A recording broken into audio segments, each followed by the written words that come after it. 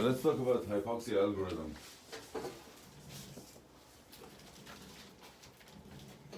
Alright, so we're going to start with a real patient, right, who's on, basically the patient is on volume control ventilation. You're in a hospital that still uses the bellows.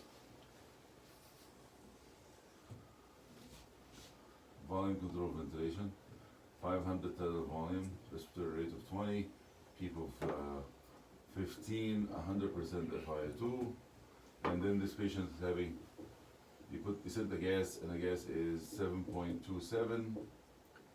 Let's assume that all of these are ABGs, so we don't keep on calculating. 80 PCO2, and saturation is 72%, right? So in the beginning, we're gonna say, I'm gonna give you pH. I'm gonna give you I'm gonna give you pH. I'm gonna give you PCO2. I'm gonna give you saturation. I'm not gonna give you PO2 or bicarb. You don't need to bicarb to diagnose this. And at the same time, you don't need PO2 to deal with patients who are very hypoxic like this if you have a good saturation on the mount. Why is that? Because the saturation, we don't like calculated numbers. Calculated numbers, we don't use it anymore in the ICU. So the pulse oximeter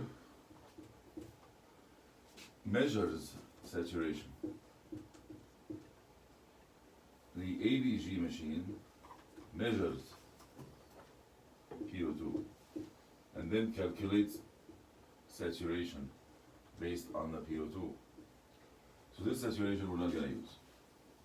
The SaO2 from the pulse oximeter, if you have a good pleth, is good, and the PO2 from the gas also, they're both right. But sometimes they go against each other. Sometimes we say the PO2 is 60, whereas the PO2 is 55, whereas the saturation is 93%. Which one are we going to take? Like this one here, you don't need to do an intervention, you just go and sleep. The PO2, 55, might be, that's when you do an intervention, it's below 60, okay? It's the numbers that we are taught. I will take this one. Don't take that one. Why? Because of this. Oxygen hemoglobin dissociation curve. It has certain numbers on it. So basically 60 millimeter of mercury here equals 90% saturation. We know that 40 millimeter of mercury equals 75% saturation. And we know that 27 millimeter of mercury equals 40% saturation. And we know other numbers too, but that's the numbers that you learn in medical school. So if the patient is acidotic, it's going to shift to the right. If the patient is alkalotic, it's going to shift to the left. If the patient is cold, it's going to shift to the left, and warm is going to shift to the right. Lack of T2,3-DPG, more 2,3-DPG is going to keep moving. So that makes the relationship between the PO2 and a calculated saturation that comes on your gas slip different than the normal. It will give you. It will assume that it's an ideal oxygen hemoglobin dissociation curve, and it will give you for 55. It will give you like 85, okay, percent saturation.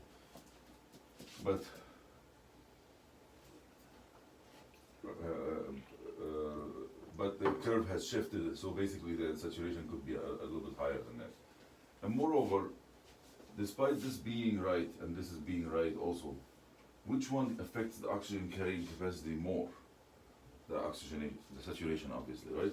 Because we know that oxygen carrying capacity equal, Professor O'Connor, equal what? The hemoglobin times the correction factor. Which is 1.3. That's how much oxygen is carried on 1 gram of hemoglobin times saturation. Saturation means how saturated the hemoglobin is. Saturation isn't mean desaturation of the hemoglobin, so that comes with the hemoglobin. Plus PO2 times 0.003, which makes it negligible. Most people remove this from part of the equation. So saturation is more important for this. So why do we even send the ABG to look at the PO2? Do we cancel ABGs and don't look at PO2 ever? Of course not. We do that for this part of the curve. The PO2 is more important, obviously, than saturation on the flat part of the curve, which is on the floor, or it's not so much sick patients in the ICU. All right. So let's talk about that patient. What are we gonna do for him?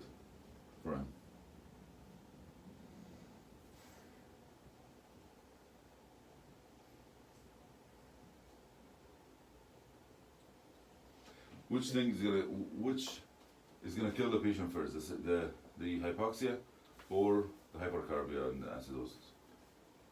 Hypoxia. Of course, yeah, hypoxia this is impending doom now. A few minutes and he's gonna arrest. Hypercarbia, he can live like this for a couple of days, right? So what are we gonna do? I adjust his What do we wanna go on the P? What are we at? 15.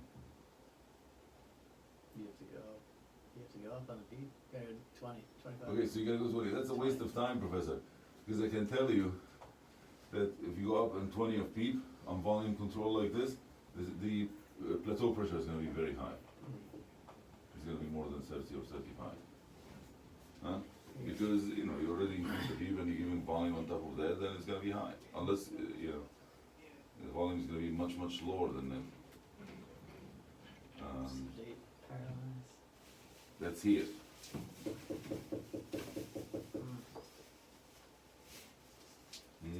Oh, switch the pressure control. Yeah. Yeah, There you go. let's switch to pressure control. Because you're already maxed on the PEEP and the FI2. Yes, you can go to 20, but why? Why you do that in volume control if you can't switch to pressure control and mode of ventilation that has a third parameter that can affect oxygenation, which is the I time. So switching to pressure control, tell me the settings. Professor Hyderabad, can you tell me the settings, please? From Pakistan. Let's see. 40 over 20. I don't know. We'll start at 100 at FiO2. We'll do respiratory rate of, let's just do 16 Why 16? or 12, it doesn't matter. Well, it was 20. Well, we'll need to go, all right, so why don't we go to 22, because he's also acidotic on the first one. Okay, I get that. 22. And then PEEP, let's do, why don't we just do 10 of PEEP and see where it gets us? But it was 15, and he's hypoxic. All right, we can go to 20 of PEEP. So you can go to 20. What I would suggest is that this one stays at 20. Why?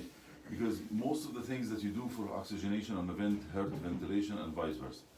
Because you make it less time for each breath, then you can't hold the patient in the inhalation longer and you can't recruit lung. So at least I would stay at 20 in the respiratory rate. The PEEP, at least I would stay the same, because yes, you can go up to 20, but you're switching to a new mode of ventilation. You don't know what the patient will take inside the volume if you're gonna give him a small amount of IP, right? So I would switch to the same mode, the same PEEP, and give him whatever inspiratory pressure that will make the maximum pressure 35. So that's how we calculate the IP. You say, okay, 35 is the maximum that I can give. I'm gonna minus that from the PEEP and I'll give him 20 here. Okay, that's the maximum I can give. I can play with this and make this 20 and this 15, but I wouldn't start with it. I would start, because the mode, trust me, that mode will actually improve oxygenation with the I time. You don't need to change the other modes, the other parameters. So what would be the I to E ratio?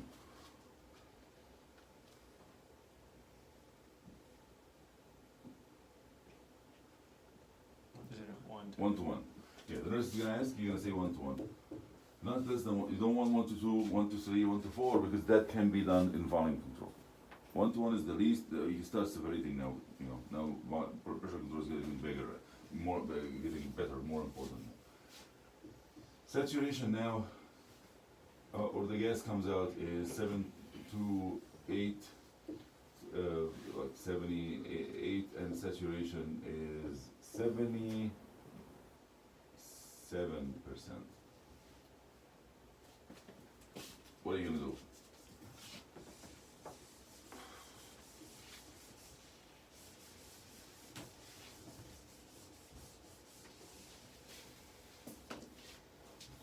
Sedate, probably.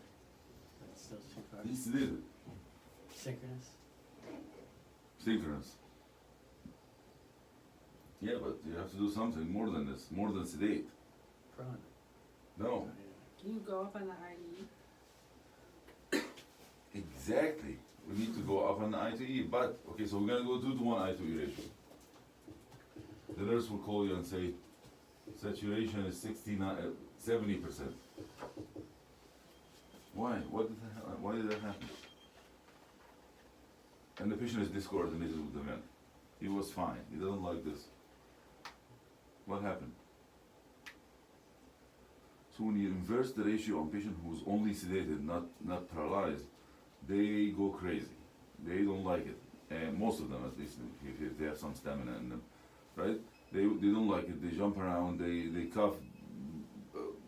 You do all of these things because you're inversing the ratio and you're probably increasing the auto peep. And by doing that, they get into the vicious circle of actually becoming more desaturated. So yes, the answer is to inverse the ratio, but before you inverse the ratio, you need to do what? Paralyze the patient, right? So paralysis, if you get, it's so important to do it before the sedation, even before the switch of the I to E ratio, because if you order both at the same time, which one do you think is going to happen first? That change. The vent change, right? So paralysis, you order them, you tell the nurse, give the paralytic bolus now from the fridge. Don't run or don't wait for pharmacy to bring it up. What's the 5 advantages of paralysis in this situation? Increased synchrony. Okay, so increased synchrony, that's 2 of them. Which, number 1, make you tolerate the inverse ratio. Number 2, decrease auto peep. Why is that? When you order I to E ratio 2-to-1 on the vent itself doesn't have a button that says I to E ratio. The vent has a button that says I time. So the respiratory therapist has to calculate, right? And say, okay, well, we have a respiratory rate of 20, that's 3 seconds per breath. He wants 2-to-1 I to E ratio, that means I'm gonna put 2 seconds I time and assume that the E time is gonna be 1 second. If the patient is still not paralyzed, because that's an advantage of paralysis, he's not paralyzed, what he's gonna do? He's tachypnic. He wants to be more tachypnic than 20. Then he breathes faster than 20, and the 2-second I time will stay the same. He will start cutting more and more from the E time, and that will increase the auto peep. Both of them manifest as desynchrony. All right, what else? You get more compliance. Okay, so yeah, you're gonna get more bang for your buck, basically. You're increasing compliance because if you have, the ventilation of the lung depends on the transpulmonary pressure. So if you have 20 inspiratory pressure and 5 abdominal pressure because you're fat or have muscles or whatever, and the muscles are pushing that way, and the 20 is going that way, so the difference in between both is 15. 20 minus 5, so that's your effective pressure. If you remove that 5, if you paralyze the patient, then you have more compliance, more tidal volume. What else?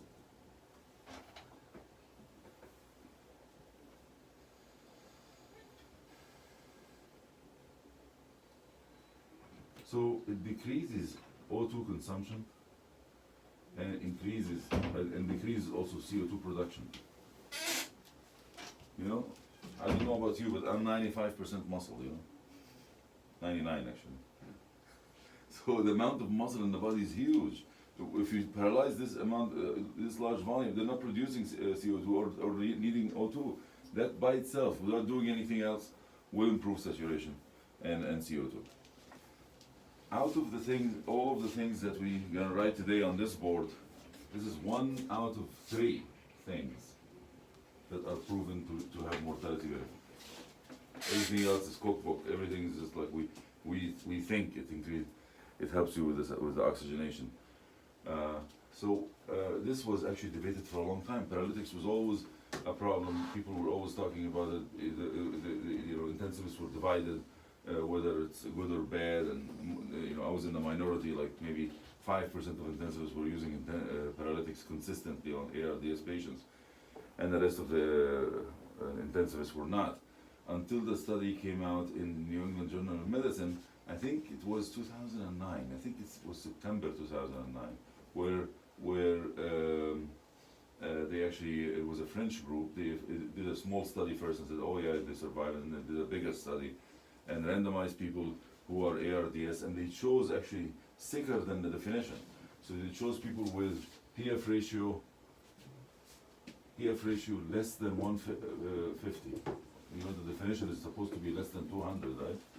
So PF ratio less than 150, and they randomized them into paralytic versus no paralytic for 2 days, 48 hours, like they really stretched it out a little bit.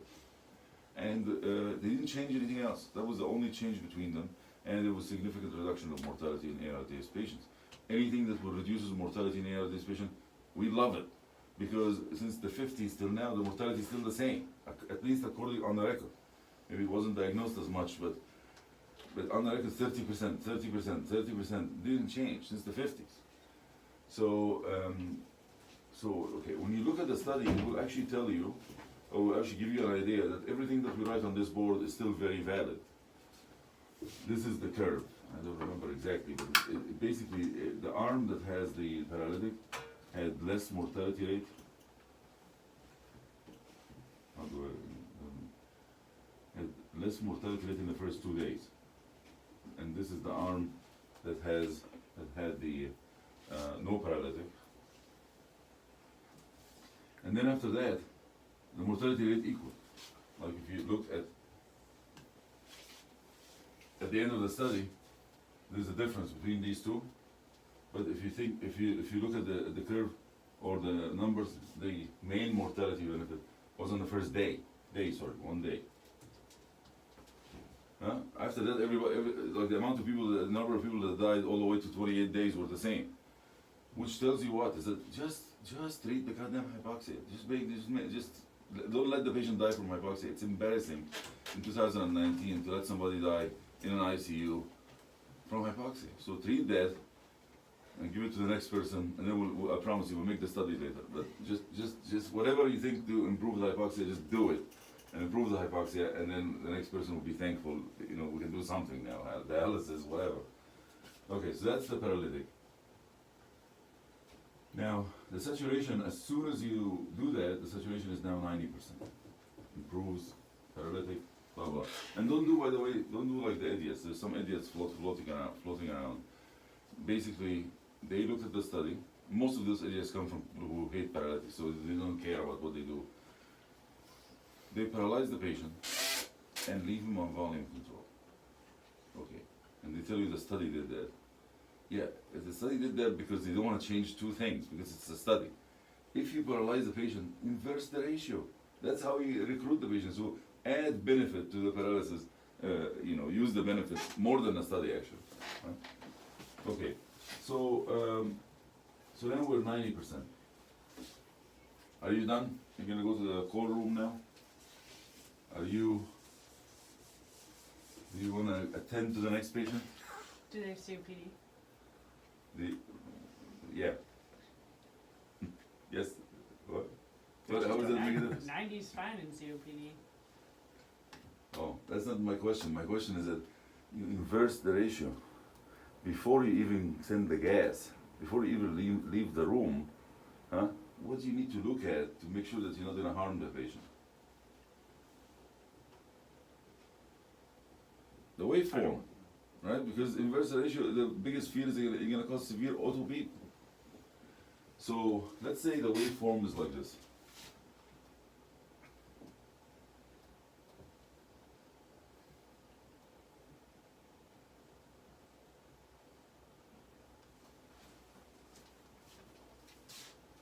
I'll leave it.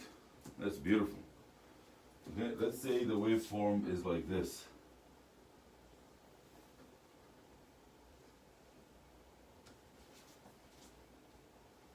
I'll take this piece and put it here. Or I'll take this piece and start the next breath here.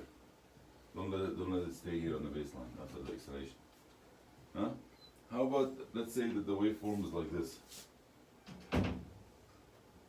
These brown things are not part of that patient that we're talking about. This is just hypothetical patients.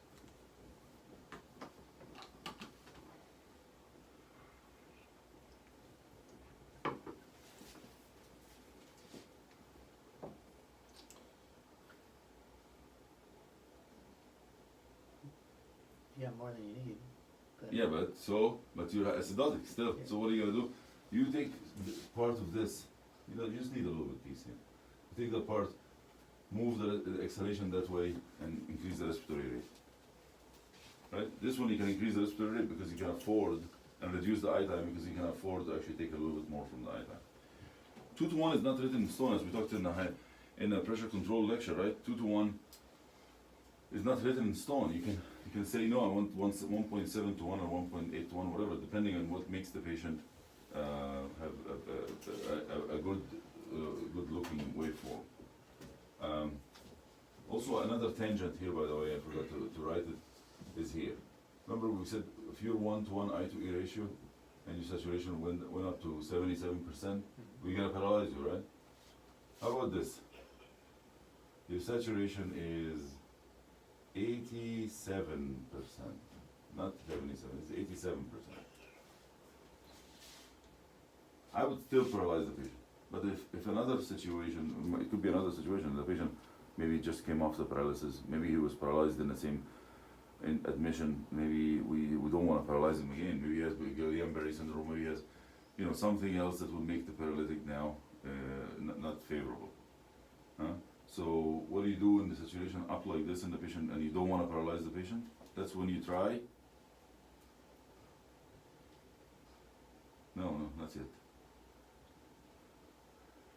What mode of ventilation that we didn't mention here that we use all the time? APRV. Try APRV. Huh? I didn't put APRV in my algorithm here, right? Why? Because you're gonna go, if you're starting at volume control, then you work in a shitty hospital. You know? So if you're starting there, chances are the residents over there, the respiratory therapists over there don't do APRV and don't know anything about APRV. So you're gonna tell them APRV, they're gonna look at you and say, no, can't do it. And if you say, I know how to do it, then okay, go ahead and do it. For example, if they let you, then you go and do it, and then you don't know everything on the vent. Advanced settings, blah, blah, blah. I can tell you one advanced setting that will kill the patient. If you keep the synchronization on, synchronization is basically how the APRV goes like this. Synchronization is just the last part of the breath. If the patient wants to breathe here, fine. But what about if the patient wants to breathe here? And it's just trying to breathe, and now it's time for time for letting go. So the machine will cut the patient inhalation or breathing, and go for the low time, right? This will make the patient very agitated. It makes the patient very angry. So in bi-level, which we have time for, these both are long. If you have something like this, we turn something called the sync on, the high time sync and the low time sync, and that means that if you're breathing in the last whatever time, we said 10%, we said it usually at 15%, some people said at 25%, in the last 15% of the breath, if you are breathing, the machine will let you finish your breath. And take a little bit of time from the next breath, which is fine. 5 seconds, take 0.5 of it, no big deal, right? But if you are in APRV, the classic APRV, and you have only 0.5 seconds here, and the patient wants to breathe like this, and I let him breathe, he'll go like this, and continue. And he's technically can do it all the time. So if you leave the sync on, for example, in an APRV setting, the patient will never cycle, it will be like this. So obviously you'll kill the patient. So that's what I'm saying. Don't use APRV when you're 77%. Use APRV when you're 87%, especially if it's the first time you use it. And of course you're not going to benefit from paralysis, but you're going to benefit from something else, which is the good VQ match in this mode. And play with it. What's the worst that's going to happen? It's going to go to 82%? No big deal. Can somebody tell me quickly? Because this is a test. This is a graduation lecture. None of you is going to graduate today. What's the settings on APRV quickly that you want to put the patient on? I'm talking about classic APRV. We do.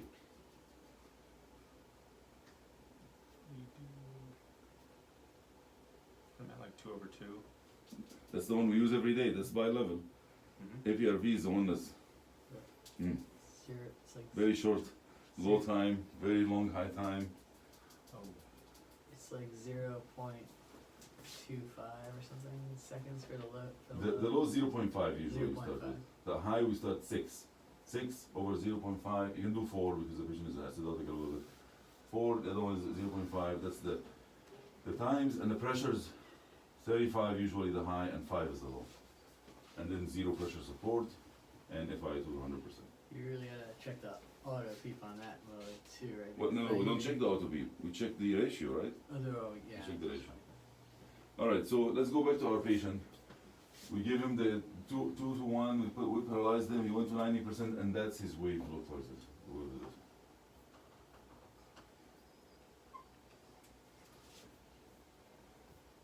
Looks horrible.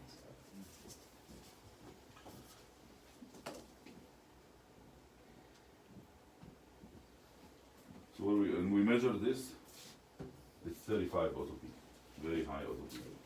What are we gonna do? Gotta come down on the inspiratory, yeah, or go up on the expiratory part of the ratio. Then we lose the saturation.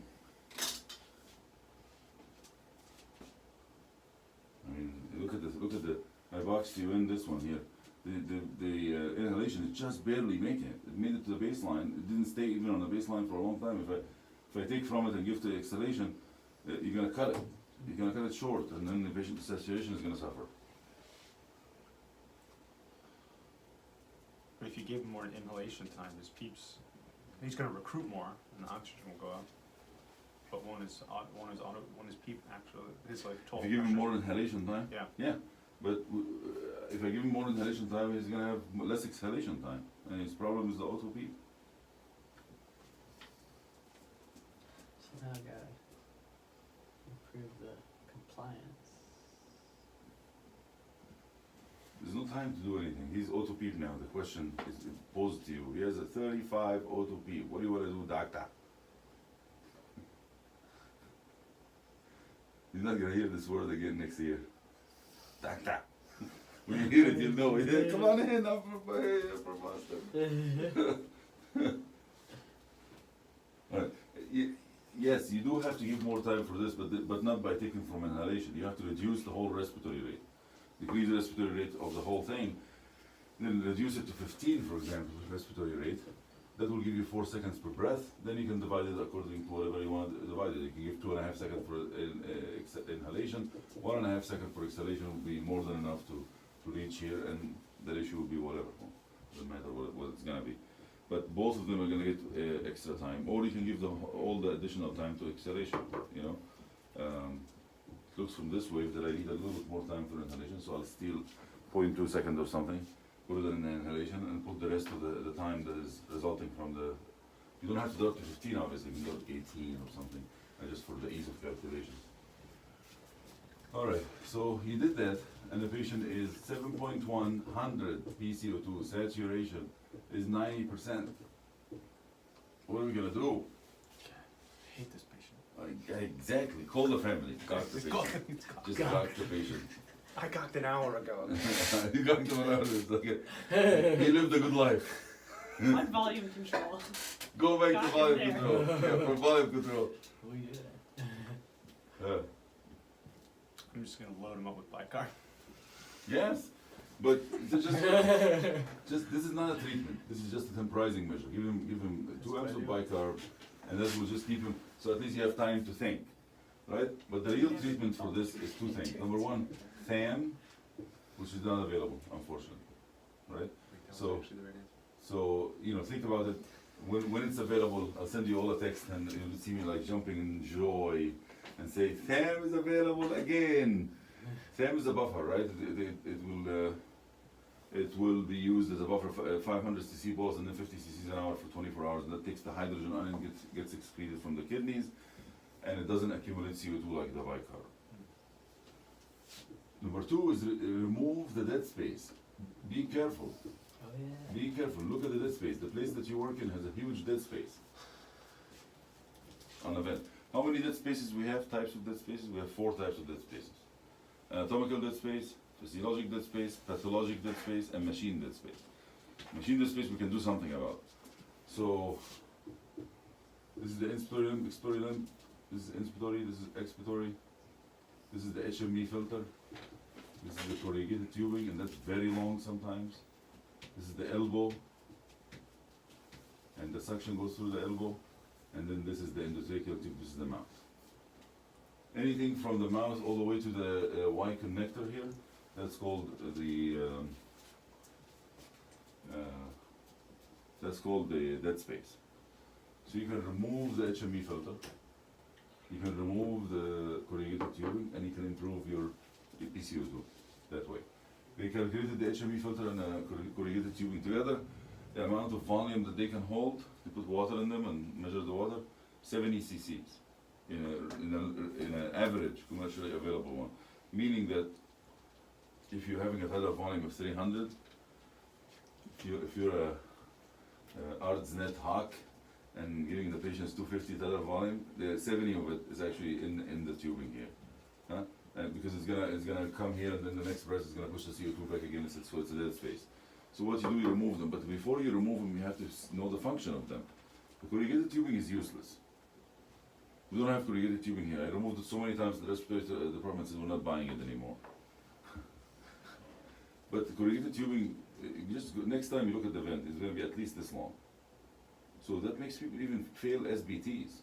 You know, if you're failing SBTs all the time, just remove this and have the patient breathe without it. It'll be like, wow, okay, he passed. So the only function of this is just makes it difficult for the weight of the vent tubing. If the vent tubing fell on the floor or something, it doesn't pull the endotracheal tube with it. It's kind of ergonomically, you know, whatever. That doesn't really. HME filter is the nose of the circuit. Basically, it humidifies, it warms, it's a bacterial and viral filter. So basically, it's exactly like the nose. So when you remove it, put it here, back here, before the vent, and that will actually be the viral and bacterial filter. But about the warming, you have to use a heated wire circuit, a circuit that has a wire in it, warm it. And that's what we use here on all the patients, right? That keeps the warmth in, and that means it keeps the humidity. So let's say the patient now was doing fine. He's like now 722, 95. Saturation is more than 90%. So we're doing great. For ARDS patient, that's fine. And then they call you and say, well, we turned the patient, and the patient's now saturation is 84% and doesn't want to change. So we're ambo-bagging the patient, or it went down to 74%, and we can't bring it out with a vent. We can only bring it up with an ambo-bag. I hate ambo-bagging. Do you know why we have ambo-bags? Sorry, do you know why we still use ambo bags in the ICUs the way we use it? Too much. I mean, ambo bag is essential, obviously, in certain situations, but the respiratory therapists are so fast taking the patient off the vent to putting them on ambo bag. Because you don't have to think, you don't have to troubleshoot the ambo bag. You don't have to troubleshoot the vent. Yeah. You just put that on and then. That came from the era where we didn't have a screen on the vent. When we didn't have a screen on the vent, of course, you don't know what's happening, you can't tell what's happening, and you can depend on your, okay, well, he's breathing and looking at his chest, right? So people say, and events were breaking obviously more frequently than now, so the easy thing, you just take it off the circuit and go back to the patient. Now with the screen on the vent, you can see that the patient is now taking a volume, going up, slow waveform, going like this, going like this, going like this, going like this. What do you want? And that's a good waveform that the patient, if you see something like this, then yeah, maybe something is happening. Maybe the tube is kinked or something that, that is just the pressure is reached very quickly. You're on pressure control, right? So the machine is going to stop breathing when the pressure is reached. The pressure is reached very quickly and no tidal volume underneath. Maybe there's a mucus plug, or maybe there's not. So try to do something with that. You can adjust the vent and stuff like that. How many times they say that statement? We couldn't saturate the patient on the vent, but we could saturate him on ambu bag. All the time, right? You know why? What showed me this is basically the ambu bag that had a gauge on it, a pressure gauge on it. Like a peep? Like a No, little peep out? just to measure the pressure Oh. that's being given. You know, there's one of them in another hospital. They use like this. I looked at the respiratory therapist and I started looking at how much pressure they're giving. They're giving 70 of pressure. When they're ventilating somebody who's hypoxic, they're giving 70 of pressure. Ask any respiratory therapist and say, give him 70 of pressure on the vent. He'll write you up. Right? You'll be in the chief's office. Huh? Because you're crazy. You can't give 70 of that. So that's why we came up with the ambu bag settings. If you know what you're doing, and you look at the vent and you find something like this, for example, or like this, but the patient is hypoxic still, you know why? Just save the respiratory therapist's hand. Go 30 inspiratory pressure and 20 of P. And of course 20 or 30 respiratory rate and 1 to 1 I2 ratio, 100% of I2. And that's your ambu bag.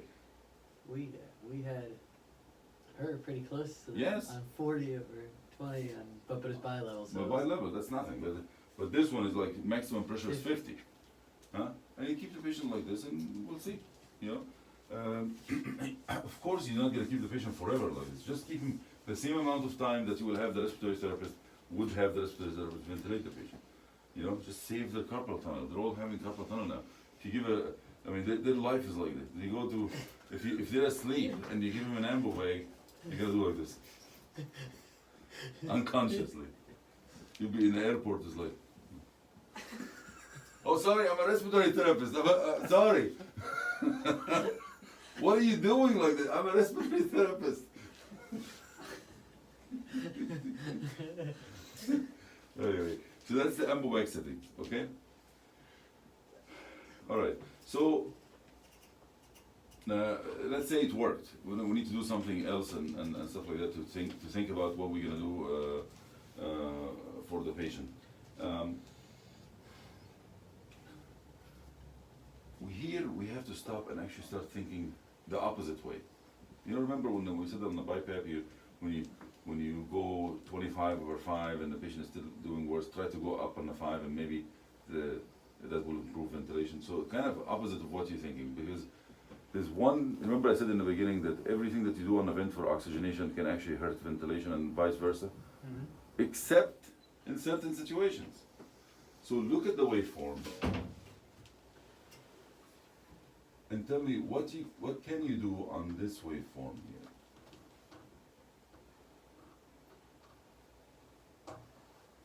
Let's just say this is, 15 auto beat.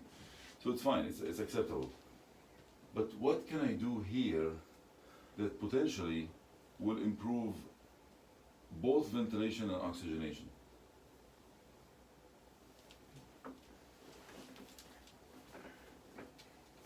So I'll tell you. So in this situation, obviously we never think like this in the beginning. In the beginning we just have to do broader times is better for oxygenation and bad for ventilation. Don't jump to this because you're gonna be confused.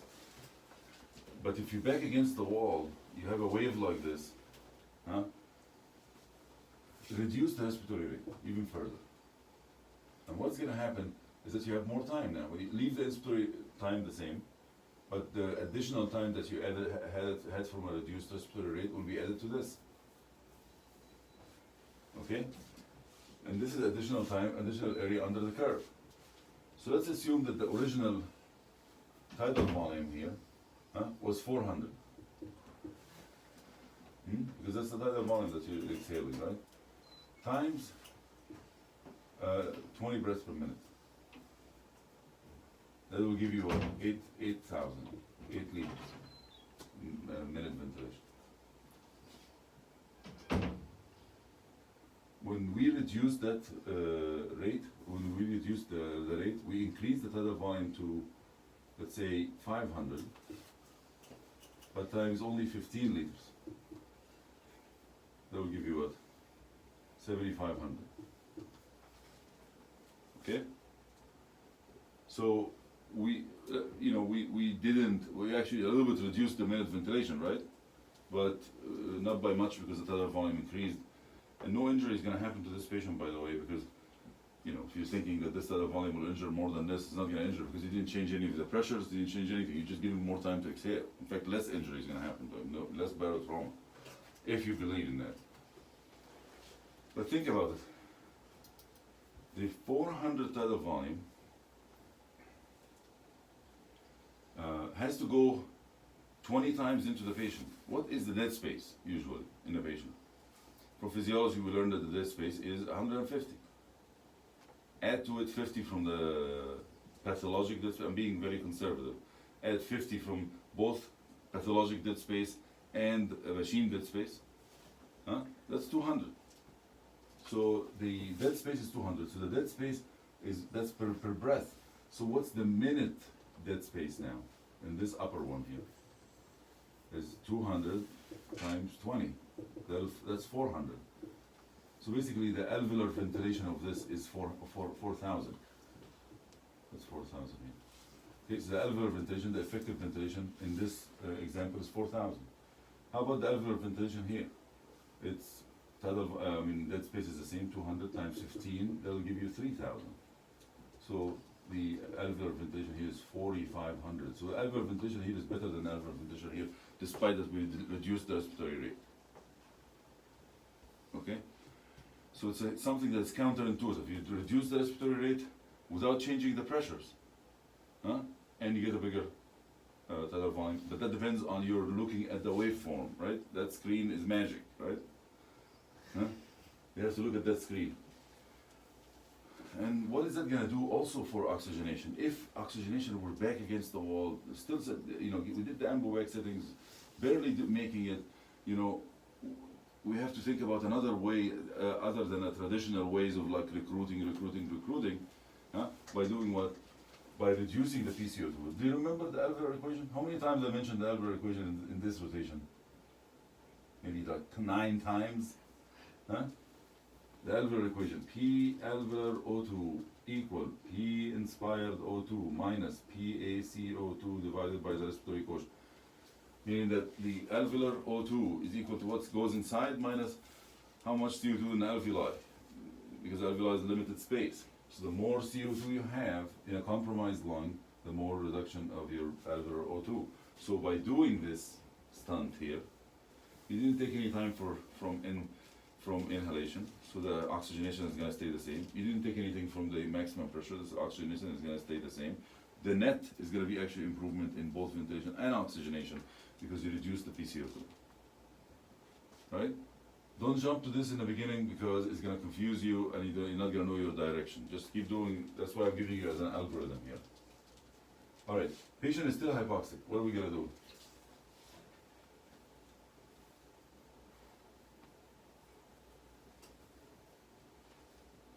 Not the other one. No. Before that. Recruitment maneuver. So the reason, I'm not saying that we do recruitment maneuver first for a reason. Recruitment maneuver failed to show mortality benefit when it's studied. It actually shows that it improves hypoxia, but it doesn't do mortality benefit. So for example, prone position gives you mortality benefit. But I'm not gonna do jump to prone position because we live in the real world, I don't know what ICU would be just ready, okay, on a whim to just prone everybody. You have to, if you're doing it with the bed, you have to call for the bed. If you're doing it with manual, you have to get like 10 nurses to help you, do that, and it's dangerous and this and that. But we'll do it. I'm not, we're not wasting time here. This algorithm is just over a few minutes. It's not going to be. So that's why recruitment maneuver is it's very cheap. It's immediate. You can do it with the respiratory therapist and the nurse. So what is recruitment maneuver? It's basically pressure support mode with zero pressure support, not pressure control. Peak of 35 times 30 seconds. So basically no movement, just CPAP. We're good? Yeah, I just wanted to angle this down a little bit. Huh? So, okay. No. That's fine. Anyway, so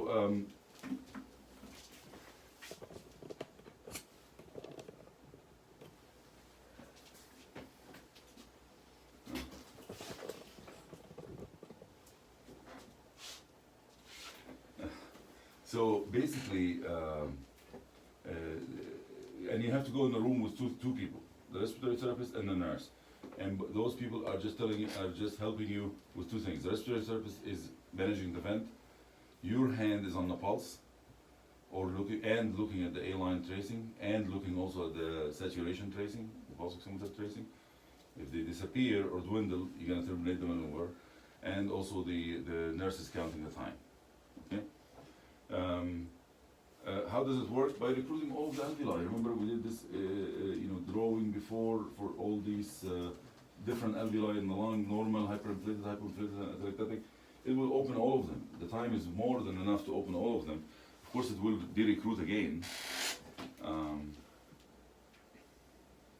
but you can repeat it every 4 times. If you see that the obviously patient can die from decreased venous return or barotrauma. If you see that there's decreased venous return, there's dwindling waveform, the pulse is disappearing, till the respiratory therapist terminate the maneuver.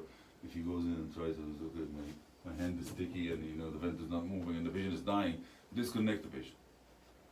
Right? We don't like to disconnect the patient. That's why I'm against ambu-bagging. Obviously, you ambu-bag the patient if the patient is hypoxic in the 70s and or bradycardic. You ambu-bag the patient. You don't. But I'm just saying we ambu-bag too much.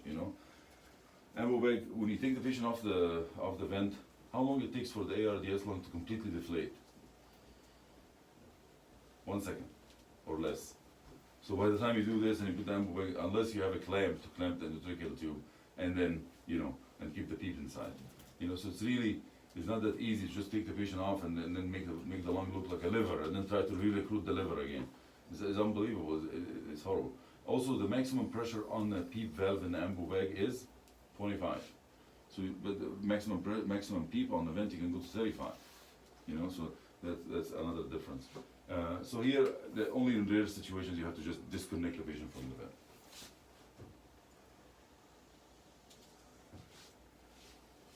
So the patient improved with the recruitment maneuver, but then he worsened again. And that's almost typical. You improve, you worsen, you improve, you worsen. So I have an idea. Before we put that's my cheap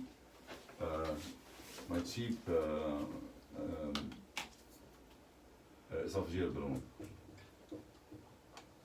You did the recruitment maneuver. What would happen if I give you, for example, Professor Lyon, if I give you the recruitment maneuver now, intubate you and give you the recruitment maneuver? You will have a cardiac arrest, right? 30 seconds without blood. Why? Because your lungs are healthy, and the whole 35 of pressure will be transmitted to the veins. If you imagine the alveoli, the capillaries around the alveoli will be completely blanched. There will be no blood in it. So yeah, that would be horrible.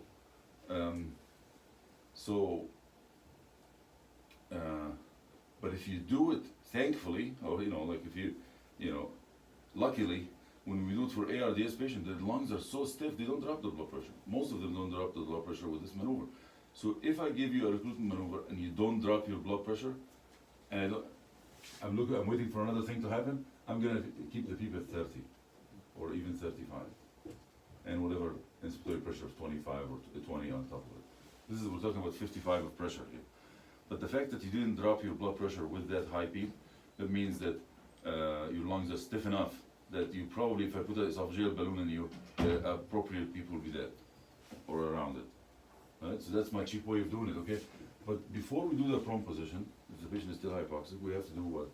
Esophageal balloon. Because if we prone the patient, how are we going to put the esophageal balloon? So do the prone, get your numbers, and then leave the esophageal balloon and turn them and get new numbers on the prone. I've never done that, by the way.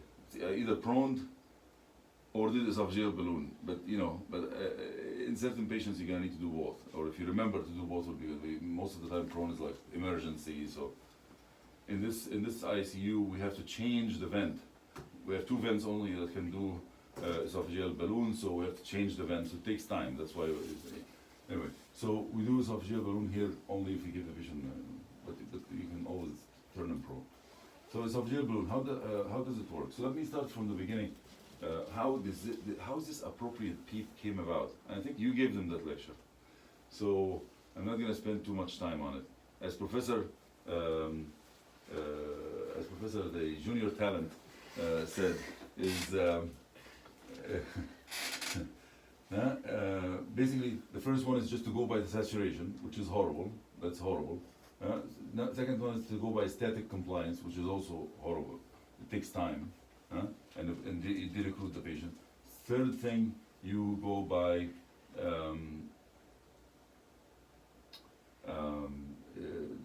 so saturation. Basically, I have to say, because you have to give them different peeps and wait until you see what happens to saturation. That takes the longest time and has the most confounding, right? This one here, the static compliance, you change the peep from 2.5, from 5 all the way to like 20, or more than that, and just see on volume control ventilation. You have to switch the patient to volume control and measure the static compliance, and whatever give you the highest static compliance, it gives you a. What we're trying to find here is this 2 points in the curve.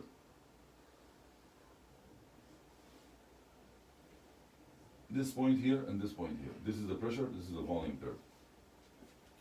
Pressure volume curve. And this is called, they call it the PEEP flex curve. This is called the inflex point, and this is called the outflex point. The inflex point is at the end of the first flat part of the curve that will suddenly become steep. So now every change of pressure on this part of the curve results in a huge change in the tidal volume. So you want to have your PEEP here. So any movement above the PEEP will change the volume so much. If your PEEP is here, then the first part of the PEEP is wasted because the change of volume is so little. Okay? So you want to have your PEEP here, but you don't want to have your maximum pressure beyond this, because beyond this you're also hyperinflating the lung and not benefiting from this. So that's the two points. There's a maneuver on the vent, it's called the PEEP flex maneuver. You can do it without esophageal balloon. You push the button, the patient gets 1500 cc's of tidal volume in one breath, but over 1 minute. And it measures this, the volume that is associated with different pressures and draw this curve for you. It's not 100% yet. I think it needs to be perfected more, but it gives you what's the ideal PEEP is. So how does esophageal balloon work then? The way it works is that you put the right here we have the esophageal balloon mounted on an NG tube. So you put it on the NG tube, you go in between the first and second marks, and that goes in the esophagus, and it's behind the heart, and it picks up pulsations. So it works like an NG tube as usual, but in the part behind the esophagus, it picks up the pulsations of the heart, so when you put it appropriately, it will give you something like this, just picking up the pulsation of the heart. And then you test it, whatever, and then you press two buttons. One of them is the inspiratory hold, and one of them is the expiratory hold. And the inspiratory hold, or the expiratory hold, let's start with it first, it will give you PTPP. And the inspiratory hold will give you PTP plateau. PTP is transpulmonary pressure. So transpulmonary pressure at the level of the PEEP, transpulmonary pressure at the level of the plateau. So what is the transpulmonary pressure at the level of the PEEP, which is basically the difference between the pressure inside the lung to the pressure outside the lung, at the level of the PEEP, the lowest part of the curve, and the other one is that at the highest level. This is supposed to be between 0 to 5, and this is supposed to be between 10 to 15. Right? So it can't be negative. If you're negative, that means you're de-recruiting the lung every time you go to the PEEP. And obviously 5 just to give you a range. Alright, so that's the esophageal balloon. Prone position. Okay, so before we do the prone position, we have to make sure of two things. Number one, the patient, if we have a CAT scan, it will also tell you, it's telling a little bit if the patient is gonna, if you're thinking about it, whether I do it or not, that can sway you one way or the other.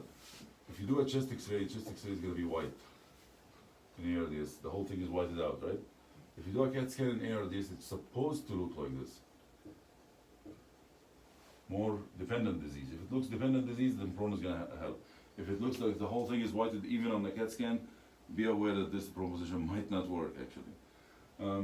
The other thing that you wanna maybe do, put a 20-pound sandbag on the patient's chest and see if the saturation doesn't go down or even go up, that's great. If it goes down, then this patient is gonna do worse with prone position. Okay? You have these two things, and then you switch the patient to prone position. Prone position works by four mechanisms. One of them happen in seconds, one of them happen in minutes, and one of them, and two of them happen in hours to days. So the first one is immediate. It's very satisfying. It's basically the blood flow. The blood flow in the lung is gravity dependent. So you put the patient like this, the blood flow is more now for the good parts of the lung. So that means that better VQ matching now.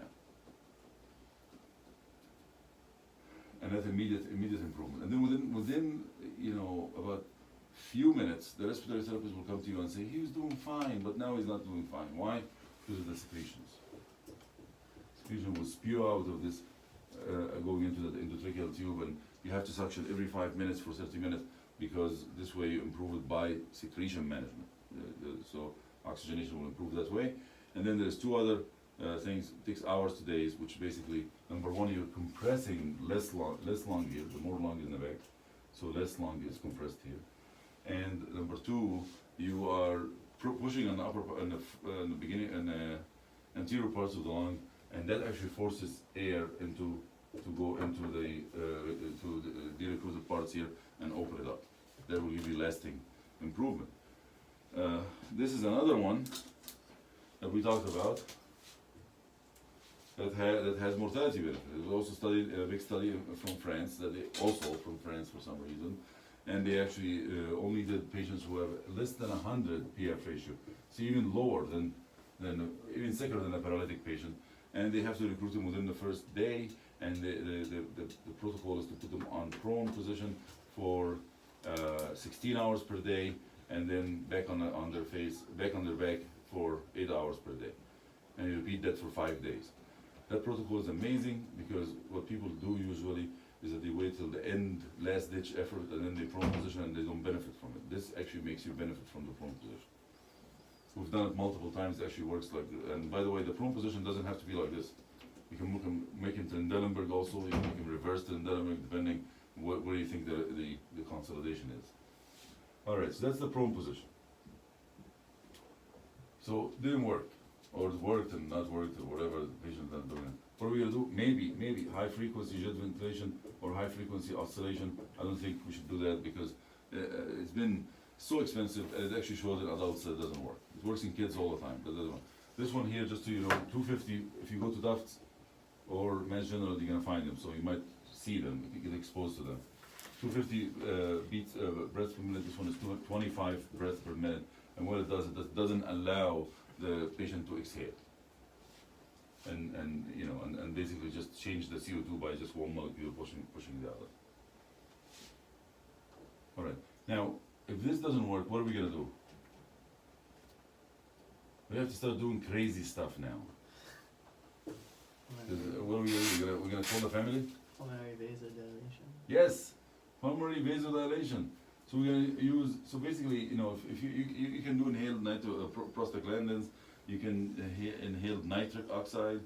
In a hospital like this, many hospitals, 90% of the hospitals in the United States, more than 90%, don't have nitric oxide. Nitric oxide is very expensive, about $2,800 per day, up to $5,000 per day.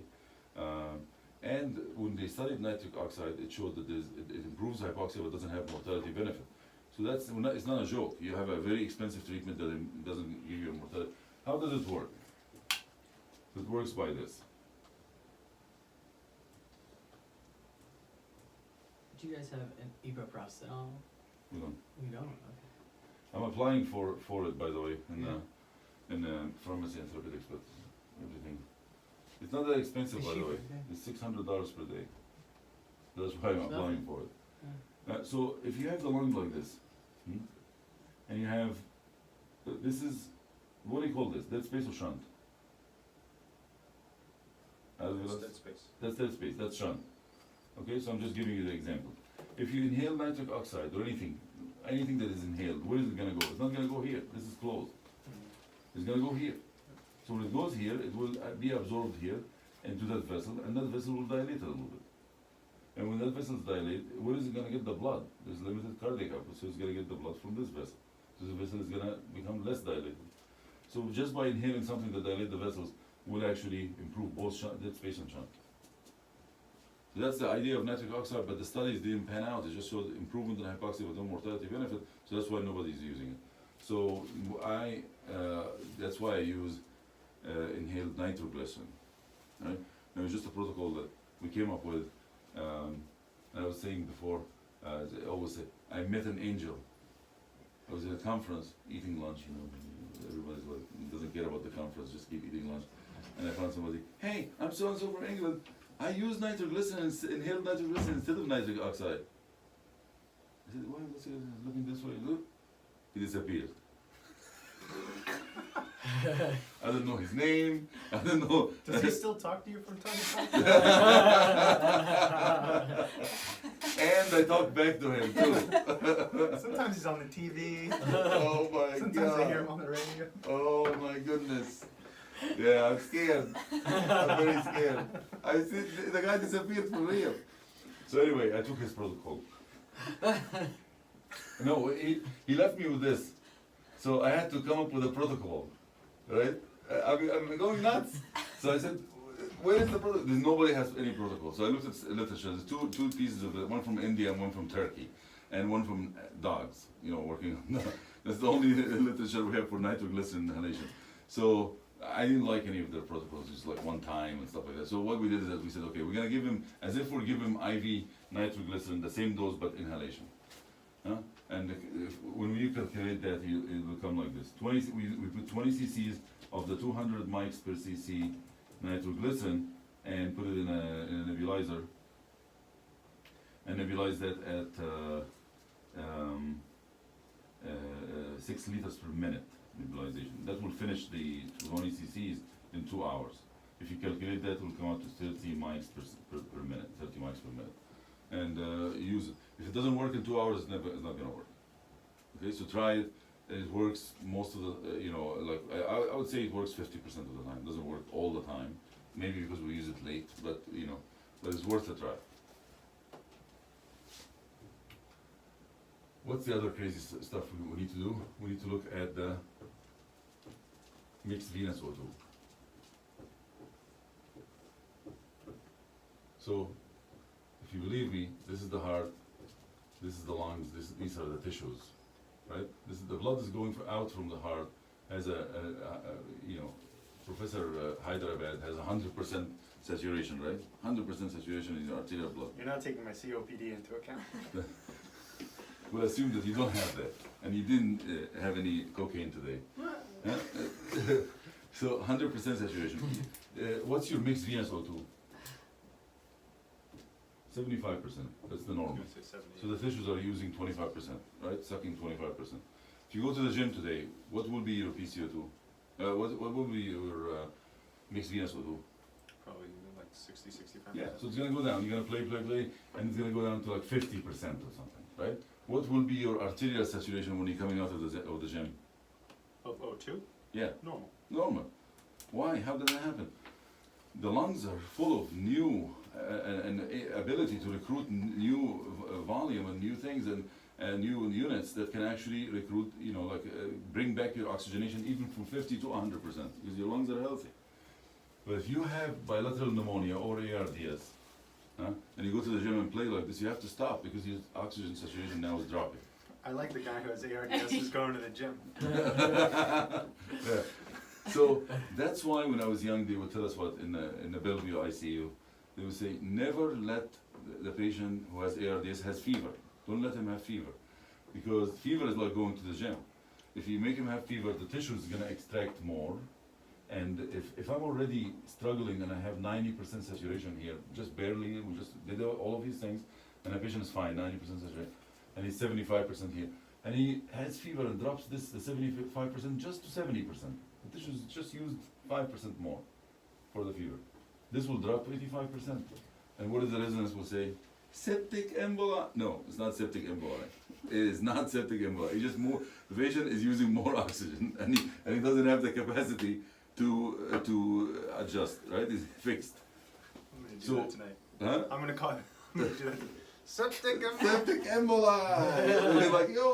I'm done. Alright, So I took that a little bit further and I said, okay, we're having a patient now that is actually 85%. He's not stable, he's 85%. We didn't achieve the 90%. I know that his mixed venous O2 is 75%. Huh? Why don't I take the 75% and raise it to 80%? So this will go to 90%. Right? If I raise this to 80%, coming to the heart, coming to the lung, it will be 90%. So the reverse of what they taught us, right? In Bellevue. I said, okay, let's just raise how do we raise the mixed venous O2? What are the 4 things that affects mixed venous gas? Cardiac output. Okay, so consumption and delivery. It's easier to think about it this way. Consumption is fever, or all of these things. We'll talk about it. And delivery is cardiac output, hemoglobin, and arterial saturation, which that's the problem. So we're not going to do anything with it anyway. So cardiac output, you can give dobutamine. See, I proved to you that dobutamine even improves oxygenation. Why? Because it's just the blood goes so fast, so the tissues are not going to be able to extract as much, and then we'll come back hypersaturated. Can you shift the hemoglobin curve? And the hemoglobin, you give new hemoglobin. You tell them I need new hemoglobin, new blood. To the blood. You give 2 units, 2 hematocrit of 30. Don't do more than 30. So don't do 21 here. 21, you can leave him at 21 here, but once you reach that very, very advanced level, you just have to do 30. And then the consumption, we can decrease the consumption by paralyzing the patient, which is done already. And we can increase the consumption. That's my idea that I hope I just bring it to fruition and then die after, which is basically hypothermia. Right? Cooling the patient. By cooling the patient to 33 degrees, you're using much less oxygen, and this will become hypersaturated, and then this will be normal. I tell you we got a patient with flu, 30-year-old with flu. She almost died. She died. She had a cardiac arrest, and so we did all of these things. And then we reached the point that her venous saturation was 93%. Arterial saturation was 95%. The lungs were basically doing nothing. We were just keeping her hibernating until the lung, recovers from flu. And that's the same idea of the VV ECMO, which we're not going to talk about today because there's no time. It gives you 100% in the venous blood, and it was going to be the arterial blood. It's going to be 100% too, right? So that's a new advance in ECMO. That's it. What are the questions? Do we have a questions today? No questions? All right, excellent, Professor.